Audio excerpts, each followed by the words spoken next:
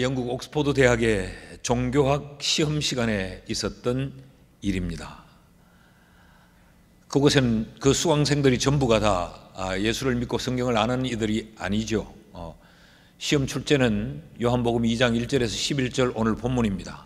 이 성경의 본문을 읽고 여러분이 느낀 점, 예수님이 물로 포도주를 만들었다고 하는 이 사건에 대한 의미를 나름대로 적어보라는 문제였습니다. 열심히 학생들이 점수를 많이 받기 위해서 나름대로 열심히 적는데 한 학생은 멍하게 앉아있더니 백지를 들고 그냥 교수에게 제출을 합니다. 교수님이 얼마나 딱했겠어요. 이러면 이건 낙제다.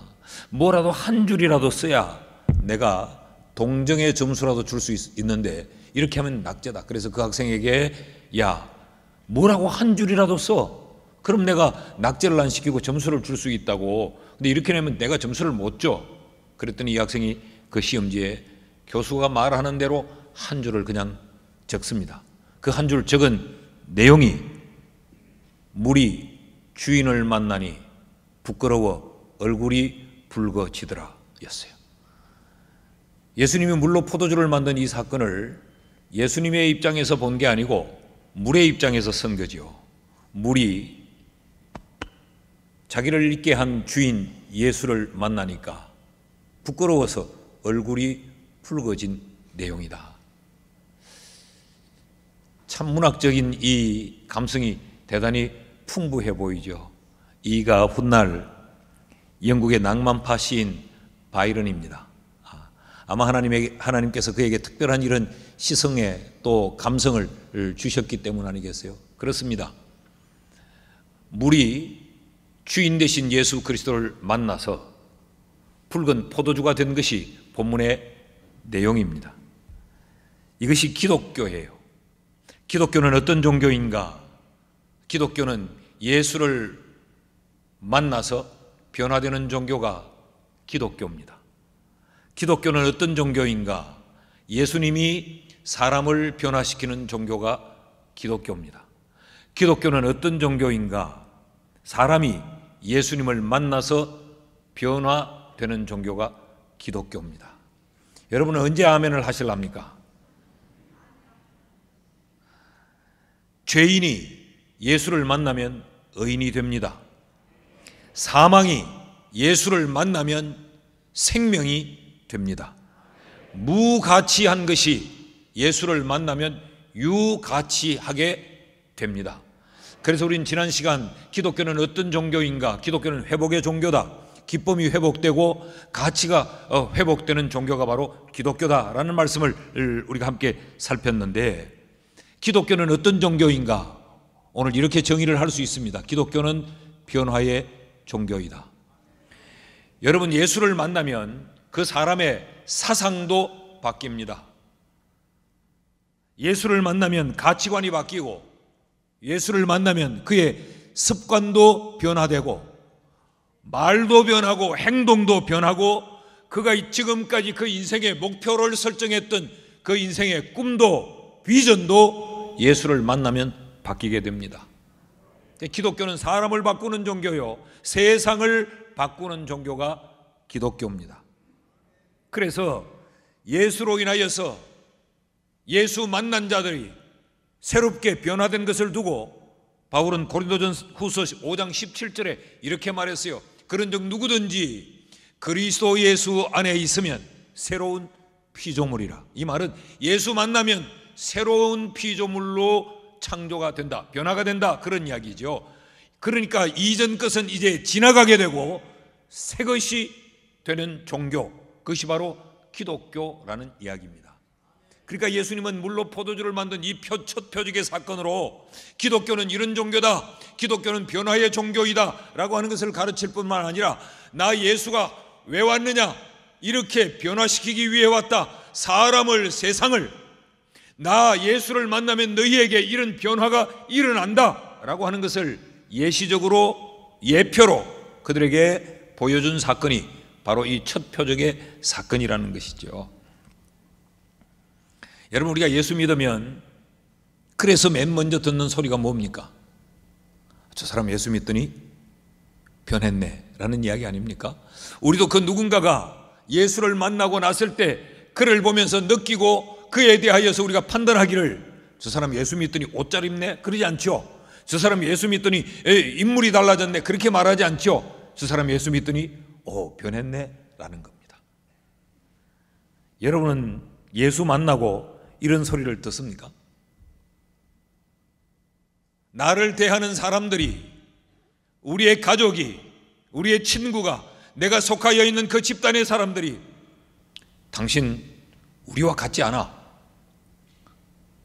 당신 요즘 많이 변했어. 그런 소리를 듣고 계십니까? 아니, 여러분 스스로는 그렇게 느끼시나요? 야, 내가 예수 믿고 내가 생각해도 내가 많이 변했어. 그렇게 자각을 하시는지요? 그리스도인이 누구냐? 그리스도인은 예수 만나서 변화된 사람.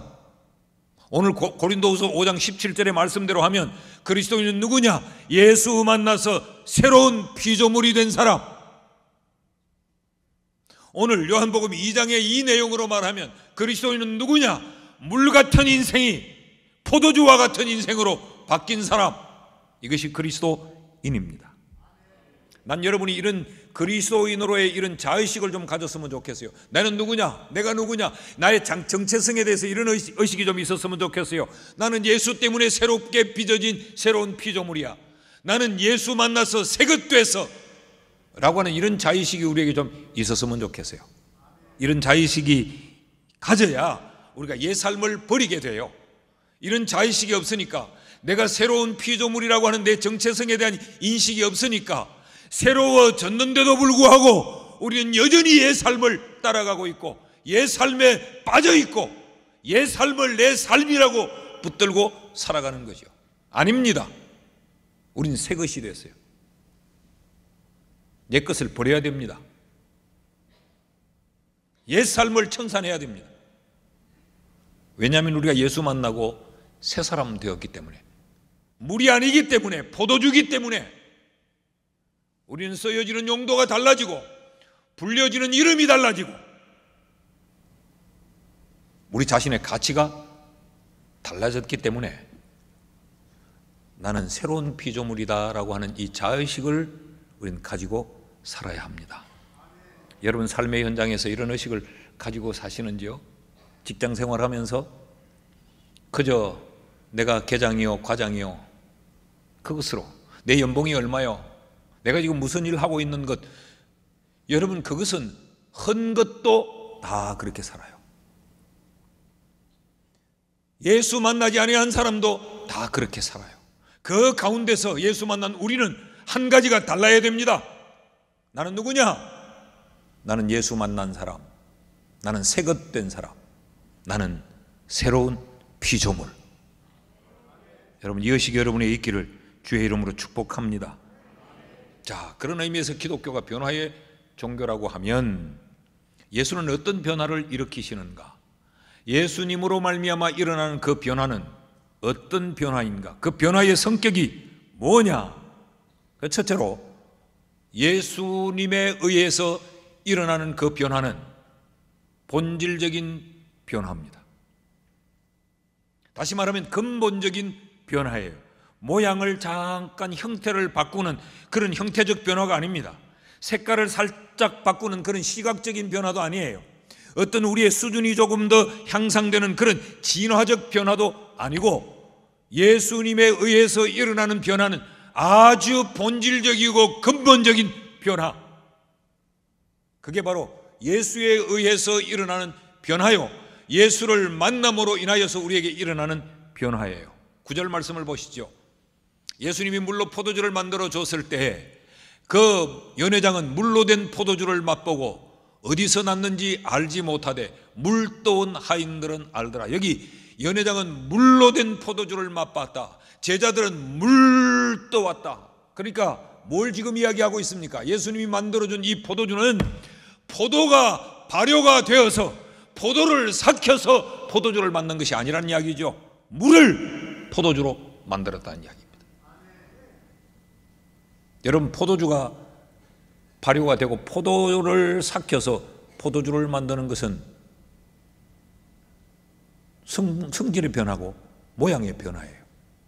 마치 물을 얼려서 얼음을 만들고 그 얼음을 녹여 끓여서 수증기를 만드는 것에 불과한데, 이것은 근본의 본질이 바뀌었다는 이야기입니다. 물이 어떻게 포도주가 될 수 있어요?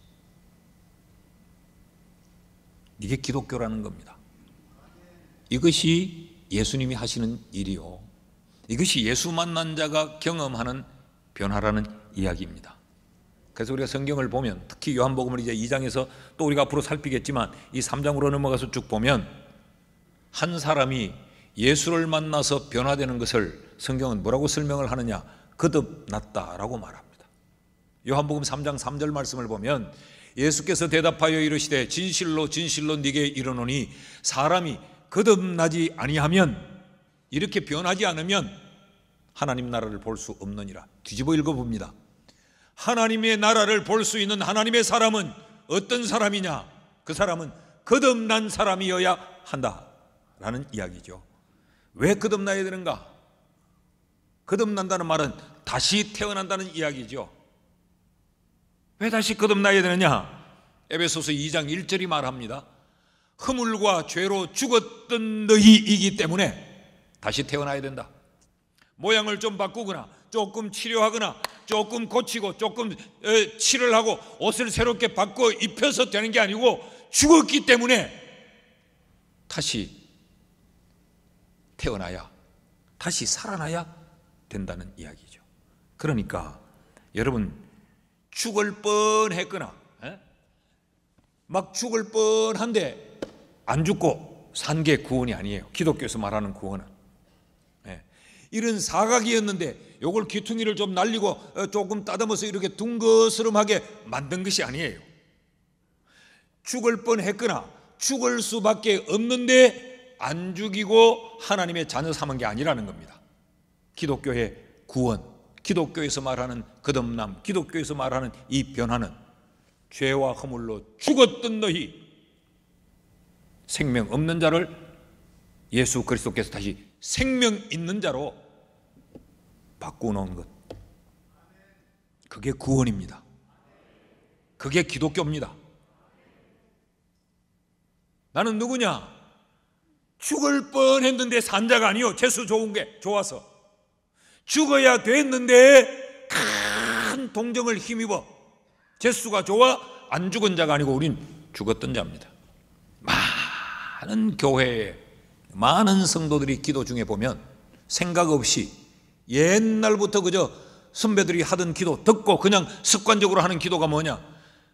죄로 인하여 죽을 수밖에 없는 우리를 하나님의 자녀 삼아주신 하나님의 은혜에 감사합니다. 아닙니다. 하나님이 우리에게 그 정도의 은혜를 베푼 게 아니에요. 죄로 인하여 죽을 수밖에 없는데 안 죽이고 하나님의 자녀를 만든 것이 아니고 죽었던 나를 하나님이 근본적으로 다시 새로운 피조물로 생명 주셔서 우리를 살게 한 것, 그것이 구원이요, 그게 기독교가 말하는 은혜입니다. 우리가 그런 은혜를 입은 자들이에요. 그래서 죽을 뻔했는데 안 죽인 그 정도의 값싼 은혜를 받은 게 아니라니까. 그래서 성경은 구원을 출생 사건으로, 거듭남, born again, 다시 태어났다, 출생의 사건으로, 생명의 사건으로 설명을 하고 있습니다. 그래서 이 생명을 성경은 세상의 생명과 구분지어서 영생이라고 부릅니다.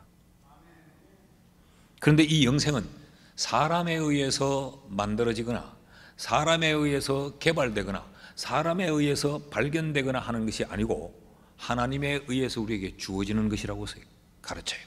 요한복음 3장 16절, 우리가 잘 아는 말씀이죠. 하나님이 세상을 이처럼 사랑하사 독생자를 주셨으니 이는 그를 믿는 자마다 멸망하지 않게 하려 함이다. 그 멸망하지 않게 하려는데 어떻게 하려고?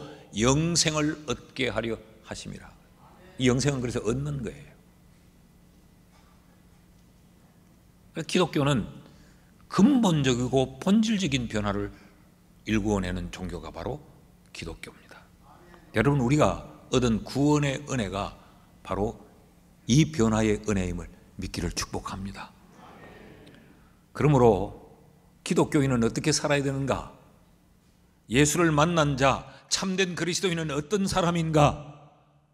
종교인으로 모양을 바꿔가는 자가 아니에요. 교회를 다니면서 연륜이 깊어가면서, 그래서 조금씩 배우고 조금씩 훈련도 되어지고 조금씩 길들여지고 세뇌가 되어져서 하나의 교인으로, 종교인으로 다듬어지는 것이 아니고, 기독교인은 근본적으로 새로운 생명을 가지고 새롭게 지음을 입은 새로운 피조물입니다. 우리가 이 점을 깊이 생각해야 돼요. 얼마든지 교회 생활이라고 하는 것으로 우리가 종교인으로 다듬어질 수 있습니다. 교회 나오니까 설교 시간에 조용해야 되고, 몇 년 나오니까 여기는 부르는 노래하고 세상에 부르는 노래 좀 다른 노래네. 그래서 노래를 하나둘 익혀가서 찬송을 부르게 되고, 기도를 끝낼 때는 예수님의 이름으로 조지는구나. 그래서 나도 예수님의 이름으로 기도합니다. 그냥 이렇게 만들어지는 것, 기독교는 그런 종교가 아니에요.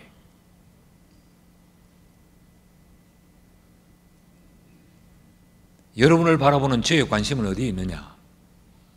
저 사람의 교회 직분이 뭐지? 전 거기에 큰 관심이 없습니다. 교인들은 거기에 관심을 많이 가지더라고. 그래서 뭐 장로 되고 권사 되고 뭐 이런 거에 굉장히 관심을 가지더라고. 저의 관심은 근본적인 변화의 체험이 저 사람에게 있을까? 그것이 저의 관심입니다. 우린 이 생각을 해요. 서로 간에 이러죠. 난 교회 다닌 지 30년 돼서, 나는 우리 조상적부터 다닌 걸.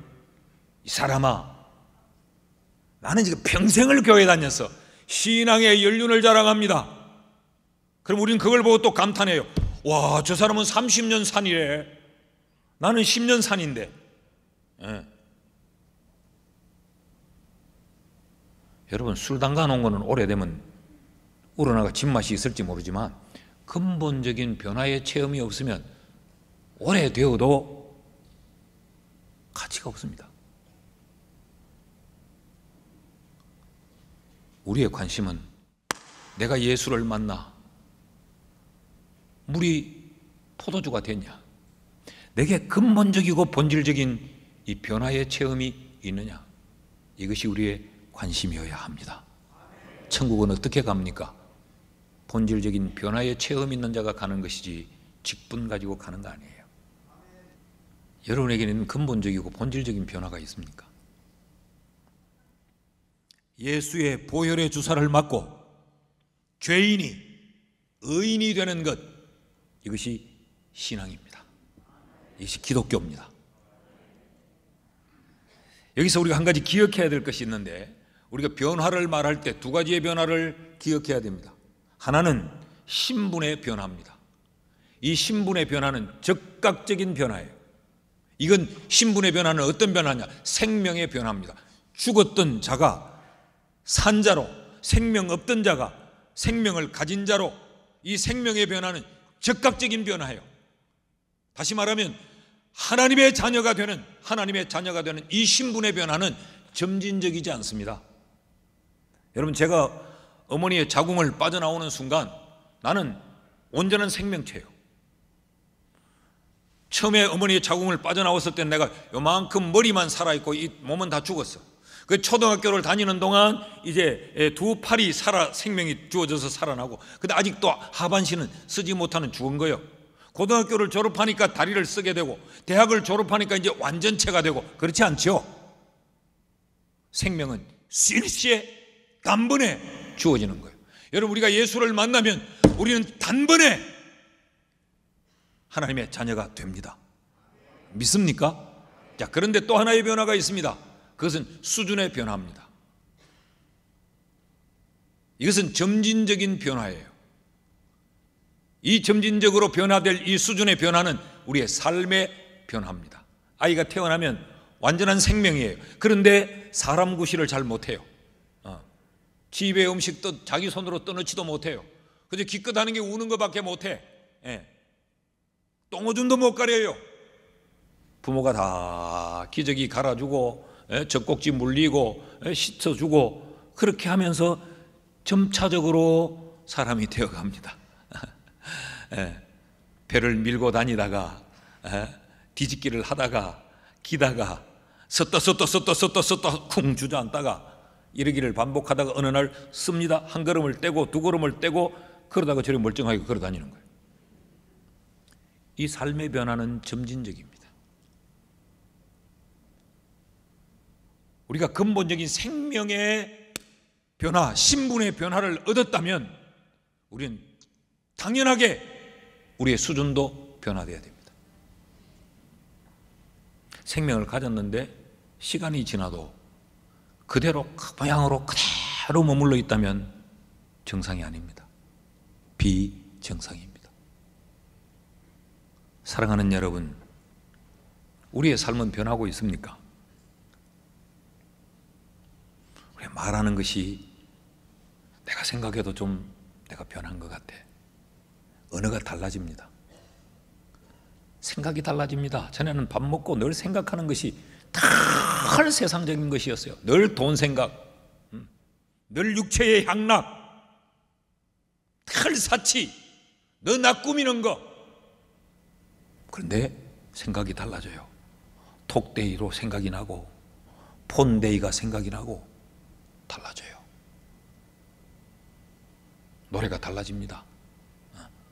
찬찬찬 술잔을 부딪히며 찬찬찬밖에 몰랐는데 내 주의 보혈은 정하고 정하다. 찬양이 달라져요.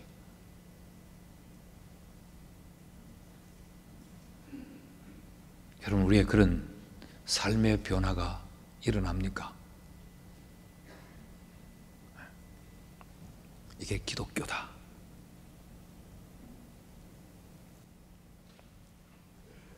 둘째로, 예수로 말미암아 우리에게 일어날 또 하나의 변화는 뭐냐? 그 변화는 우리의 필요를 충족시켜주는 변화입니다. 그러니까 필요를 채워주는 변화. 이것이 변화의 유익이에요. 그래, 기독교가 변화의 종교라는데 그 변화가 어떤 유익이 있느냐? 이 변화는 우리의 절대적 필요를 충족시켜주는 변화입니다. 잔치집에 포도주가 떨어졌습니다. 우리 지난 시간에 살폈지만 이 잔치집의 포도주, 이것은 그 잔치집의 절대적인 필요입니다. 3절 말씀을 보십시오. 포도주가 떨어진지라 예수의 어머니가 예수에게 이르되 저들에게 포도주가 없다 하니. 저들이 누굽니까? 이 저들은 그 잔치를 계획하고 준비했던 사람들 아니에요. 그 잔치를 계획하고 준비했던 그들에게 절대적인 필요가 포도주였어요. 그런데 그 포도주가 떨어졌죠. 포도주가 떨어진 저들은 누굽니까? 그 잔치를 준비하고 계획한 사람들만이 아니라 그 잔치에 초청을 받고 와서 그래, 우리 한번 기쁘고 즐거움을 누려보자고 모여든 하객들입니다. 그들에게 포도주가 떨어졌어요. 그들의 필요는 뭡니까? 포도주입니다. 포도주가 떨어진 저들은 누굽니까? 그 잔치의 주인공, 신랑과 신부입니다. 그들에게 포도주가 떨어졌습니다. 이들에게 지금 필요한 것이 뭐예요? 포도주입니다.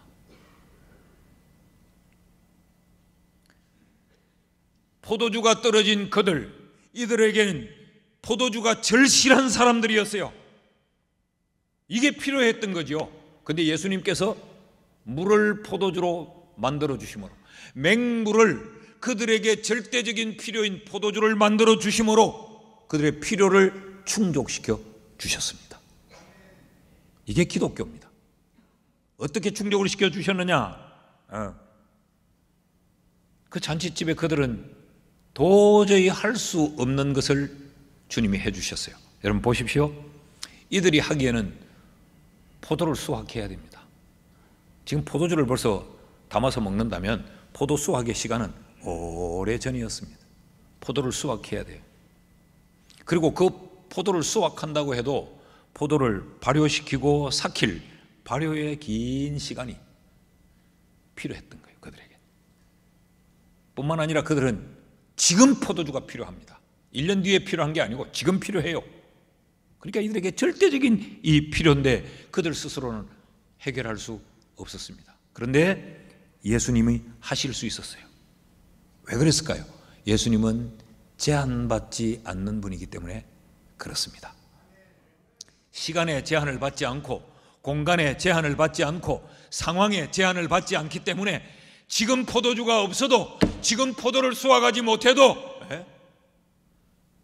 주님은 제한받지 않는 분이라 그들의 그 필요를 그 시로 충족시켜 주실 수 있었던 것이죠. 왜 그렇습니까? 예수님은 제한받지 않으실 뿐만 아니라 그 모든 것을 뛰어넘어 행사할 수 있는 능력이 있었기 때문에 그렇습니다. 그 능력이 있으신 분이라 물을 까짓것 물이면 어떻고 젖으면 어때요? 포도주로 바꾸실 수 있는데, 아니 지금 떨어지면 어때요? 지금 만들어 주시면 되는데, 주님의 시간이 문제가 아니었고 공간이 문제가 아니었고 상황이 문제가 아니고, 주님은 어떤 시간, 어떤 환경, 어떤 처지에서도 주님은 우리의 절대적인 필요를 충족시켜 주실 수 있습니다. 이분이 예수님이요, 이것이 기독교란 말이죠. 그럼 예수님이 우리에게 채워주시는 절대적인 필요는 뭘까요? 구원입니다. 죄사함. 죄의 삭은 사망이요. 그러니까 이 죄 문제가 해결이 되지 않는 한 인간은 사망의 포로로 살아갈 수밖에 없는 거죠. 그러니까 인간에게 가장 절실한 문제는 죄를 사함받는 것인데, 이 죄의 삭은 사망이요. 내가 죄 사함받기 위해 내가 죽어야 되는 겁니다. 이건 논리의 한계입니다. 내가 살기 위해서 내가 죽어야 되는데 살 수 없다는 거죠. 답이 없다는 이야기입니다. 그런데 예수님께서 우리의 구원자가 되셔서 예수의 보혈로 우리를 구원해 주셨습니다. 우리의 절대적인 필요를 예수님이 충족시켜 주셨다는 이야기죠. 자, 예수님의 첫 번 표적이 포도주 만든 이야기입니다. 포도주 만든 이야기. 근데 예수님의 공생애를 시작하면서 첫 번 포도주 만든 사건을 첫 표적으로 행하셨는데, 예수님이 공생애의 마침표를 찍으면서 그 공생애를 마무리하실 때에도 포도주의 사건으로 마무리를 하세요. 마태복음 26장 27절과 28절 말씀을 보면 예수님이 최후의 만찬을 제자들과 함께 나누십니다. 잡히시기 전날 밤에.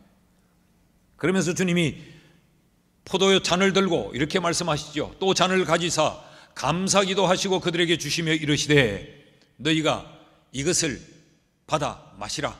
이것은 죄 사함을 얻게 하려고 많은 사람을 위하여 흘리는 바 나의 피, 곧 언약의 피니라. 무슨 이야기입니까? 받아 마셔라. 내가 너희들의 죄 사함 해결한다. 내가 너희들에게 구원의 문제를 해결한다. 그 이야기죠.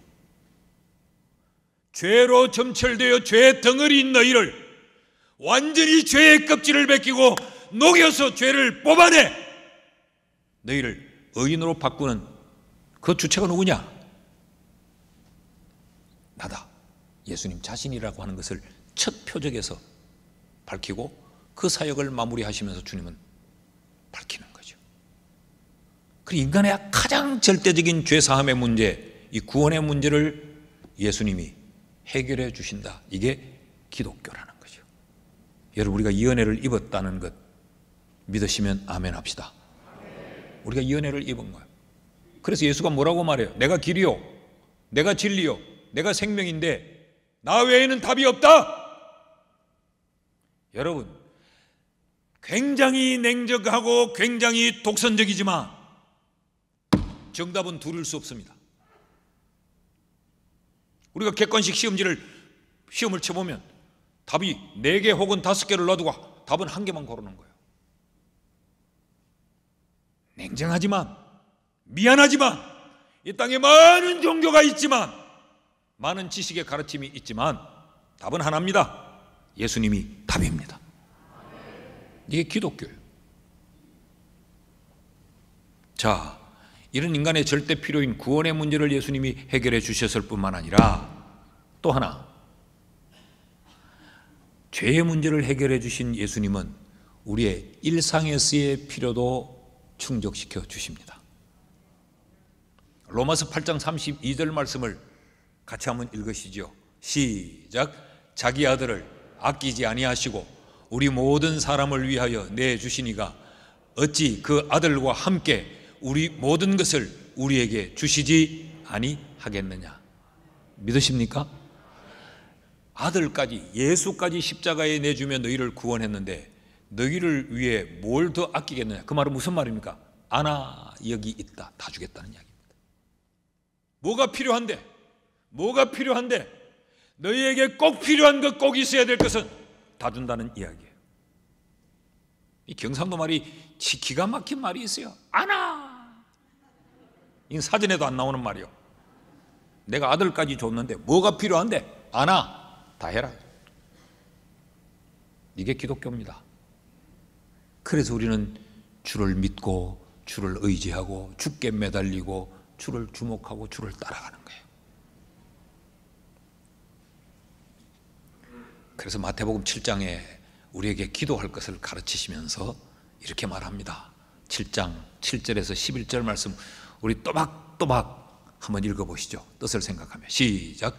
구하라 그러하면 너희에게 주실 것이요 찾으라 그리하면 찾아낼 것이요 문을 두드리라 그리하면 너희에게 열릴 것이니 구하는 이마다 받을 것이요 찾는 이는 찾아낼 것이요 두드리는 이에게는 열릴 것이니라. 너희 중에 누가 아들이 떡을 달라 하는데 돌을 주며 생선을 달라 하는데 뱀을 줄 사람이 있겠느냐. 너희가 악한 자라도 좋은 것으로 자식에게 줄 알거든 하물며 하늘에 계신 너희 아버지께서 구하는 자에게 좋은 것으로 주시지 않겠느냐. 할렐루야. 우리의 필요를 준다는 거예요. 떡을 달라 하는데 돌을 줄 자가 있겠느냐. 여러분, 떡이 필요하지 돌이 필요한 게 아니잖아요. 그러니까 우리의 필요한 것을 주님은 주신다는 거예요. 제한받지 않으시는 능력의 예수님이 우리의 절대적인 필요를 충족시켜 주는데 그것이 바로 예수님의 능력으로 인한 선물입니다. 그러므로 여러분, 그리스도인은 본질상 세상을 살면서 낙담하지 않아야 됩니다. 절망하지 않아야 됩니다. 왜 절망합니까? 왜 낙심합니까? 오늘 있어야 될 것이 없기 때문에, 오늘 이 상황을 내가 바꿀 수 없기 때문에, 오늘 내가 처한 이 시간이 내가 원하는 시간이 아니기 때문에 우린 좌절하고 절망하죠.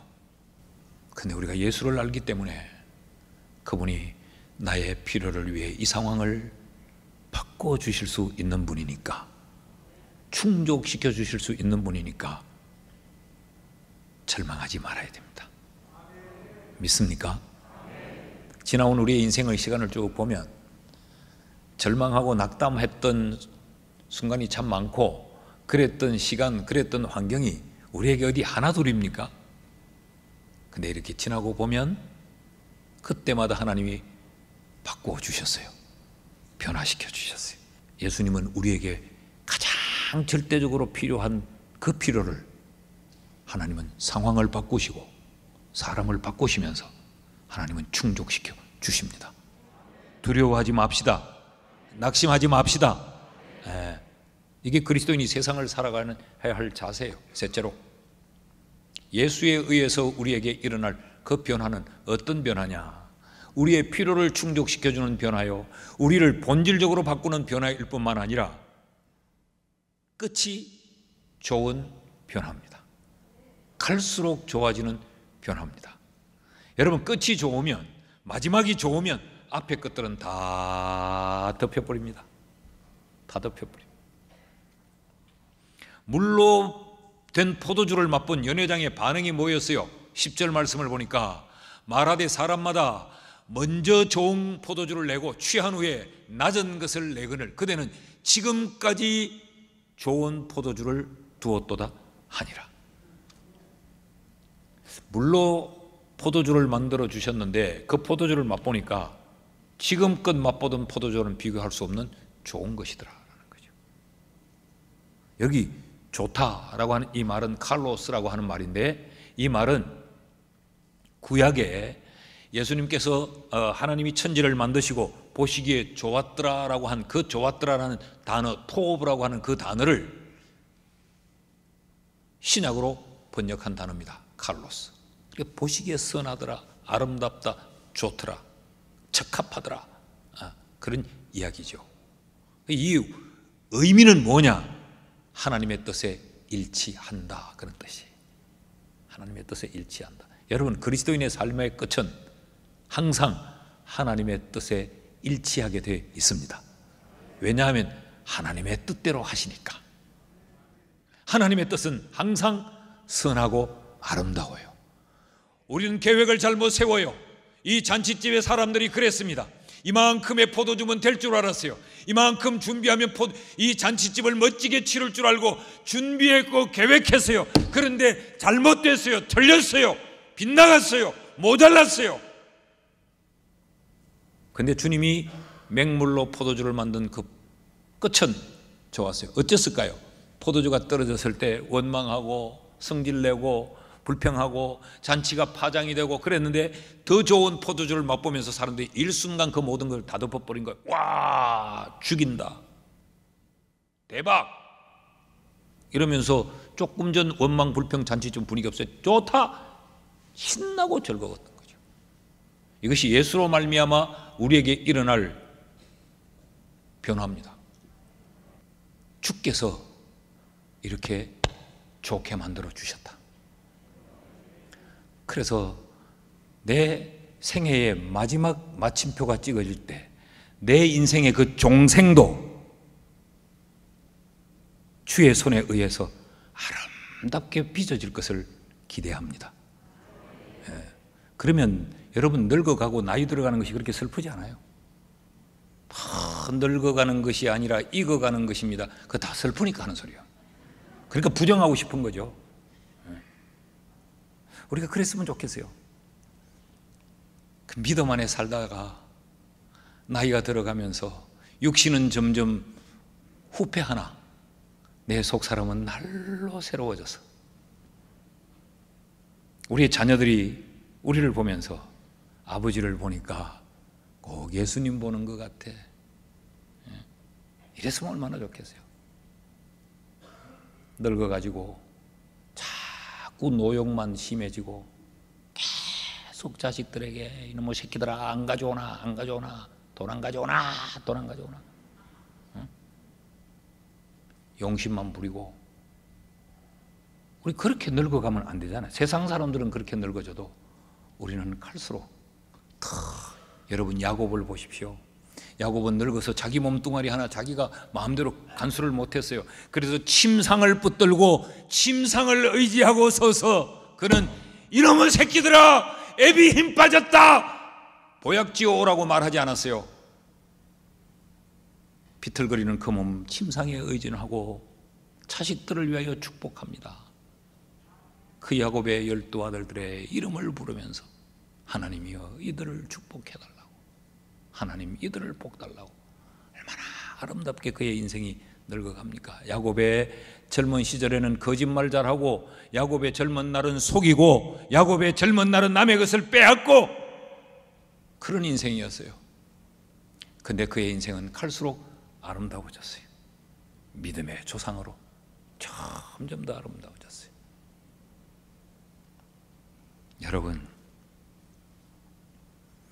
그래서 그리스도인의 인생의 마지막 휘날레는 아름답습니다. 천국이기 때문에 그렇습니다. 그래서 로마서 8장에 18절에 이렇게 말합니다. 생각하건대 현재의 고난은 장차 우리에게 나타날 영광과 비교할 수 없도다. 이게 우리의 믿음이어야 되고, 이게 우리의 삶의 자세여야 되고, 이게 우리의 확신이어야 돼요. 지금보다 내일은, 오늘은 고난이지만 내일은 이 고난과 비교할 수 없는 영광이다. 이게 우리의 믿음이어야 된다. 어떤 인생이 성공한 인생입니까? 끝이 좋은 인생이 성공한 인생입니다. 태어날 때 금수저를 물고 태어나면 그게 인생이 성공하고 그게 복받은 인생일까요? 여러분, 우리는 금수저를 물고 태어나지 않았어도 우리의 마지막은 금수저를 무는 게 아니요 황금보석으로 꾸며진 하나님의 집이요. 그러니까 우리의 인생은 현재를 가지고 다 판단 못하는 거예요. 우리는 지금의 순간을 놓고 자꾸 판단을 하죠.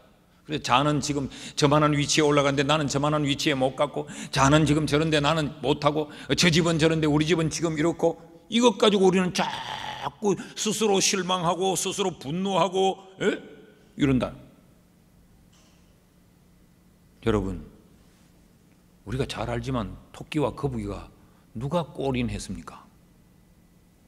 거북이가 막 뛰어나갈 때는 거북이가 복받은 줄 알았지. 토끼가 막 뛰어나갈 때는 토끼가 복받은 줄 알았지. 골인을 누가 하느냐입니다. 천국에 누가 가느냐를.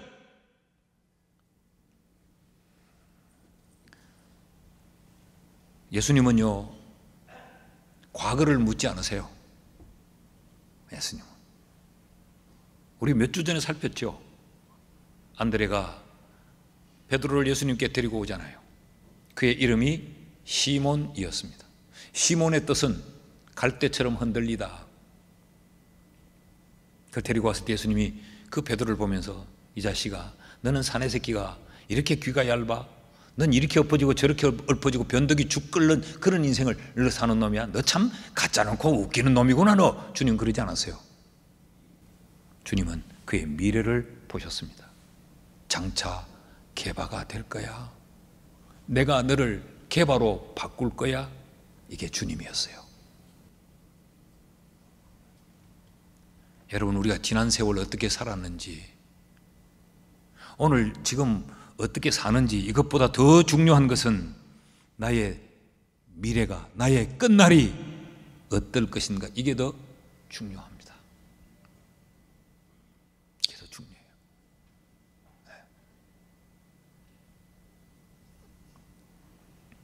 인생의 진정한 성공은 끝날 때 봐야 됩니다. 끝날 때.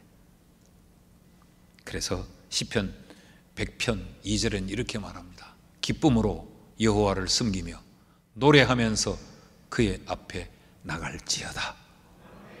그러니까 기뻐하면서 주를 경배하고 찬양하면서 주께로 나가라는 거예요. 왜요? 끝이 좋을 거니까. 우리에게 이런 확신이 있기를 주의 이름으로 축복합니다.